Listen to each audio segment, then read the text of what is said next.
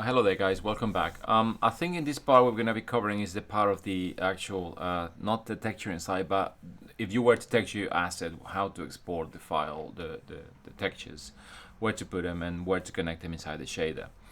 I think we did an exercise last week about that by using this asset that I already provide to you guys. You have this asset, I gave it to you, and I think I gave you as well these original textures as they are outputted. But we're gonna do is I'm gonna walk you through the individual maps, the setup in the export, and we're gonna cover how to connect them inside RenderMan. Okay, so what I've done so far is, if I go back to Maya, I got this one, which was the original that we did last week, which is have all the connections, and if you render, it's gonna give you this, okay, which is what we did last week. We just took this sort of one of the smart material we assigned it, and then we just generated maps from there.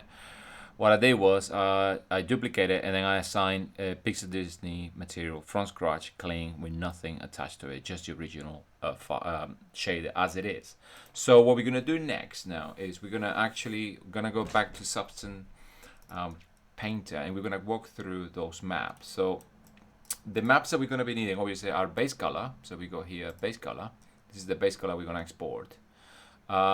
This was texture using this folder system. So we have the, if I want to walk through here quickly, and so from there we're just going to uncheck this. You can see that I created just a base material here, which is something that I normally do for my textures, but you don't have to do this, but it's just something to have the black fill in there. I have a material which is the actual metal as it is, just metal.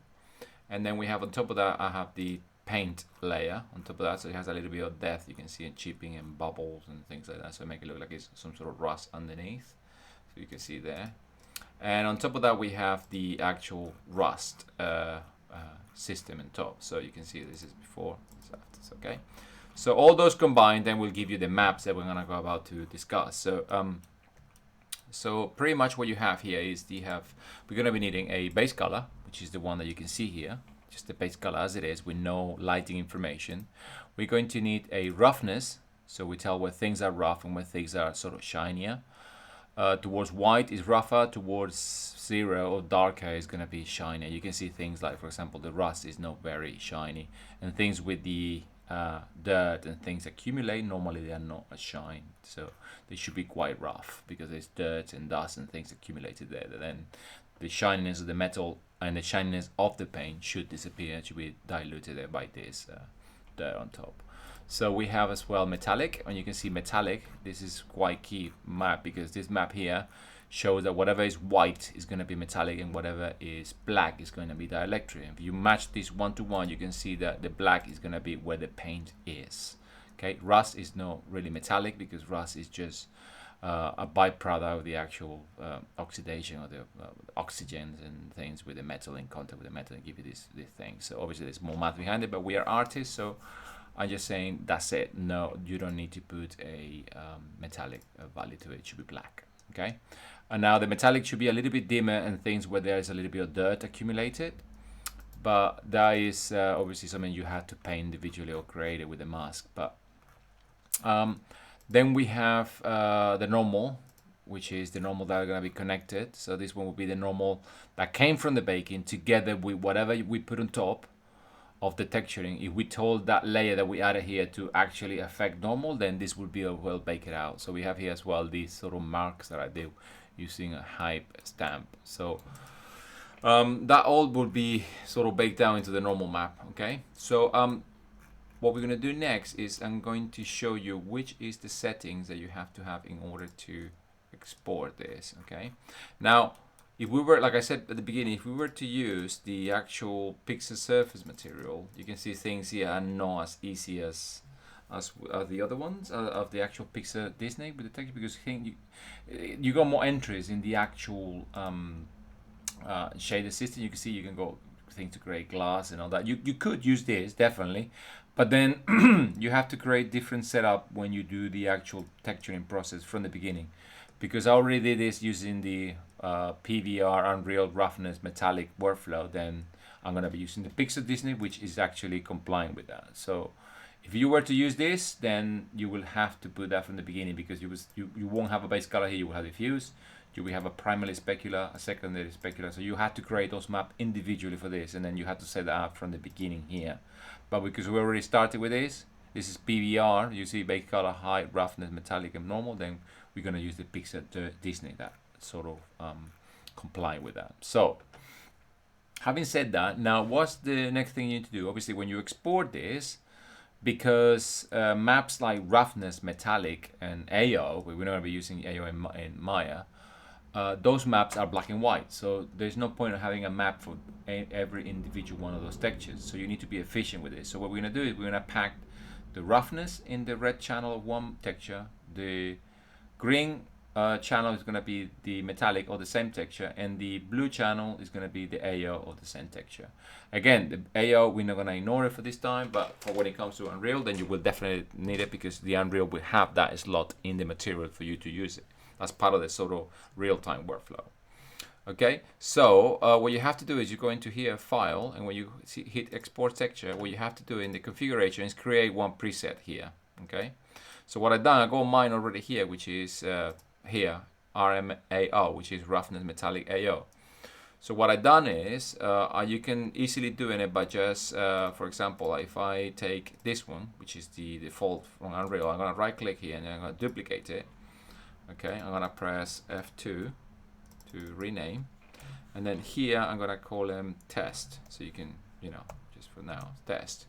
And then I'm going to do is I don't need emissive, so I'm going to kill emissive. I'm going to keep normal. I'm going to change this, and I'm going to keep this as well as it is. This one has the alpha here in the opacity, but leave it like that. We don't have opacity in this because there's nothing with glass in there. But here I'm going to do is I'm going to right click on this. I'm going to click here, and I'm going to clear the channels. Okay. And then here, this is what we're going to be doing. We're going to just do the thing that we want. So I'm going to go here and then call it, rename it RMAO. So a little bit more descriptive. And then here we said that in the red channel we're going to put the roughness, in the green channel we're going to put the metallic, and in the blue channel we're going to put the AO. Guys, this is not set in stone. This can change however you want them. All you have to do is remember which is which, in which channel they are allocated. Some people do it backwards. It doesn't matter. I mean, I do it this way because I decided to do it that way, but you don't have to. So what I'm going to do is, in the red channel, I'll put it here, red, green, and blue. So the red channel is going to be the roughness. So I'll drag the roughness here and then drag it into the red channel. And I see it's going to be a gray channel. In the green channel, I'm going to put a metallic, which is the metallic. And I'm going to drag it here and then put it from gray. It's going to be a gray channel, yeah. So it sort of keeps the color. Let me see if it keeps the color. So let me see. Did I accept it properly? Yeah, gray channel, yeah. So in here, I'm gonna put, 1 second, let me see why it doesn't pick up the color. So we go roughness, yeah, double, and then here we're gonna put metallic. Yeah, metallic is just like that. So here, metallic, that's right. So blue is gonna be the combined mix AO. Put it in there, so great, and then you go. So you go AO, metallic, and roughness, and this one should be fine. This one should be fine. If you want, you can clear the alpha if you don't have it, but just keep it like that if you want. So in the future, you can put opacity to the alpha, and it should be already piped for you. So I got mine, which is you see I got a different setup here, which is different from other things that I've been working on. But this is the one that I normally use as a standard. So what you have to do is select that, and then here you're telling where to put it, where to save it to, and then here you have to just select that preset. You can select the one we created, test, and then here you can review the let me see, yeah, you can review here the actual maps that are going to be generated, which is base color, this and this, the RMO and the normal. And then you tell them where to save it, and then you just change the file format, target, and then export. Now those files are already exported. That's all you had to do. So I'm going to show you the files. So you go here into source images. I got them right here, which are these ones. Okay, so I got the base color.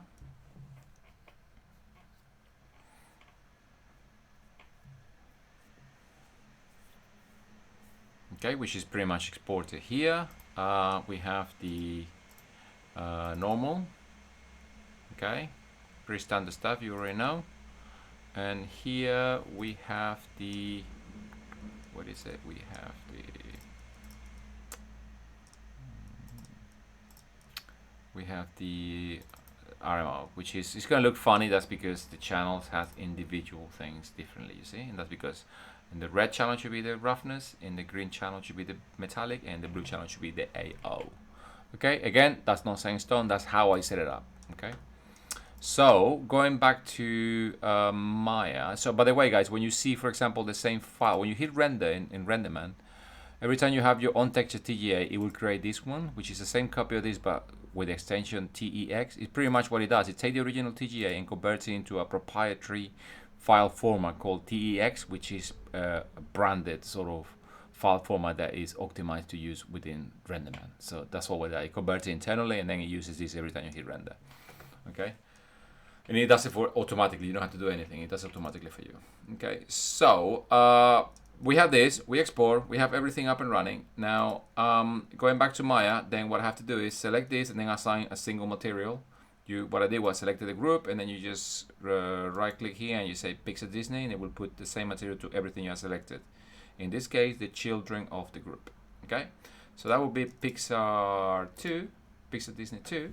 So when you hit render, you will have this. Okay, remember this is what we did last time. That's fine. We're going to do the same, recreate the same thing, but with the texture that from the version that I just shown you, which is this one. Okay, so what we're going to do is first we're going to put the color, and for that we just have to click this checkerboard here, and then we put here, it's pretty, you know, the tags are pretty much the same, base color. So we click here, we tell them, hey, go into file, click here. Again, if you have your project set up properly, it should take you automatically to source images, and then here we're going to look for that, which is pool area base color. There you go. So we open that. Now when we hit render, let's see what happens. So it's going to take a little bit of time the first time because it's going to convert that file that I told you. You can see here that as soon as it hits render, it should start appearing this pool file here. You should start seeing it here, the text file. So there you go. So you see you converted this one to this one, which is the text file. So it does it for you automatically. So when we have a look here, then this is what we have, and we have this issue in class as well. For some reason we have to cancel this and hit render again. Don't know why it does that. So now you start seeing, there you go, that all the file, all the information is getting there. Now at least we have the color getting there, but obviously the rest of the information is not incorrect because we haven't connected it yet. Looks very dark, very shiny. It's not what we want, okay? And we don't have any normal as well. So how do we do that? How do we do that next? So I'm gonna do is I'm gonna cancel this. Okay, and maybe I'm just gonna spin this guy a little bit so I can see the actual metallic bit from here, I suppose. Let's give it another render and see if that's in the right position. You can see here, there you go, that's the metallic bit. So it's gonna cancel that. Okay, so I'm just gonna go here, and then okay, so we have the color. Okay, now the specularity is fine, but we need to change the roughness. Okay, and that's when things get a little bit tricky because we need to put the roughness and the metallic connected from the red channel of the RMO and the green channel of the RMO. Okay, but we need to do that connection individually. Okay, so for that what we're going to do is we're going to take this well, let's do that at the end. Probably we can do, well, no, let's do it now. Okay, so I'm going to select this. Okay, select it by hitting this button here, select, and then we open the Hypershade, which open in my other screen. So I'm going to drag it here. I'm going to clear that. I'm going to click this button so I can graph it. You can see that that's Disney 2, and it has the pool area connected to the base color. Okay, so now we need to connect here metallic and roughness. So for that we're going to go into Maya, to the texture, and then here we're going to drag the file. We click here, we have a file, but there's nothing connected to it. So let's go and connect the, what is it called, pool area RMO. Open that. Remember what I told you before, you have to go here and then get rid of the color space. So we have to put raw, I think it is. Yeah, so you don't have no what is it called, gamma to it. And one tip to know that is that those, if you go back to here, you can see that those guys, roughness, metallic, are LA, which means they're linear. So the ones that are like that, L, it means that those files shouldn't have any sRGB or gamma applied to it when you bring it into Maya.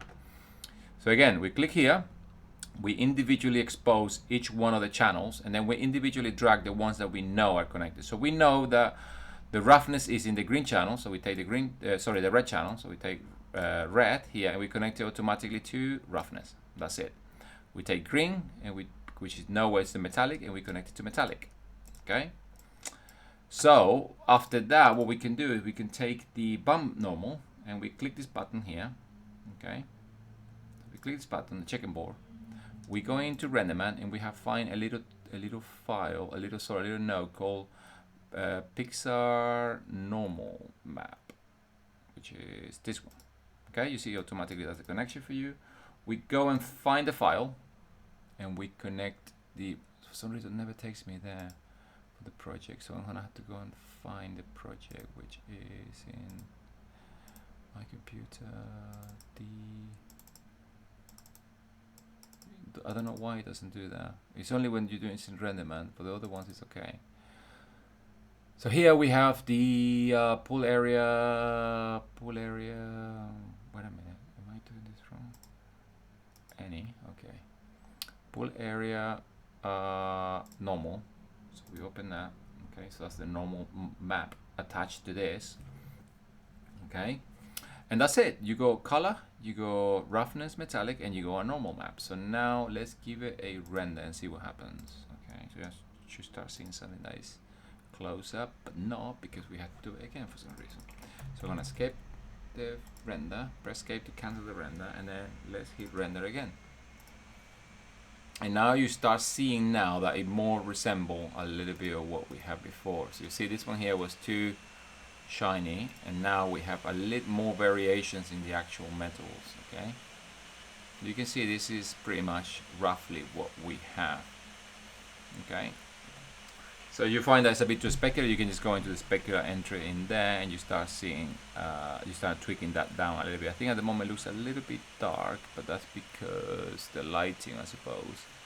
But I think the normal map's okay, the details are there, doesn't look anything, the black patch or anything like that.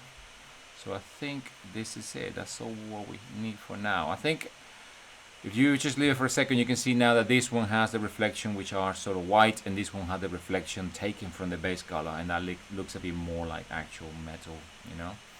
Other thing as well, guys, is a tip for you for texturing. When you're doing the texturing, if you see, for example, this, what is the render? Here you can see that when you use things like this, like edge wear or something like that, do not have it everywhere, because nothing happens everywhere at the same time. So if you see my texturing here that I did, you can see that here there is some chipping in the edges, but it doesn't happen everywhere. You see, it happens in some places, you know. So here as well, it's like, I don't know, I mean, that doesn't really happen in real life. So it normally would happen in the areas that are more exposed, and then there would be more bashing in there. But I mean, it happens a little bit here, but it doesn't happen all the way around. You see, just trying to always implement that, keep that in mind when you're doing the texturing, because that's one of the first giveaway to tell you. See here, it happens here, but it doesn't necessarily happen all the way there. It's one of the first giveaway that happen when somebody is actually learning to use the software, is that it uses that chipping or that peeling effect every single edge, and it doesn't happen. I mean, you peel this all the way down there, all the way here and there, it just doesn't look natural. So you should have, you see chippings around some areas, but not all of them. See, so that will give you a little bit more a natural, realistic look. See? Okay, so that's one tip there, but don't worry, guys, this is year one. On year two, things will get much better and more complicated, but you will have more knowledge to deal with those issues.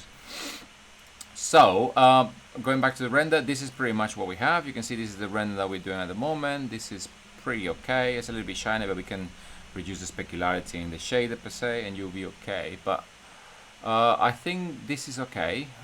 This is okay-ish, I suppose, for RenderMan. And that's it, guys. I think this is all for now. I think in the next class what we're going to do is I'm going to show you how to break down the individual elements of the renders, how to set them up, and how to render the images and put it together inside. Well, how to render together and how to look at them inside DaVinci Resolve, and then we'll do the color correction and integration later on. Okay, so that's it for now, guys. Thank you very much. I'm going to cancel this, and I'll see you later. Bye bye.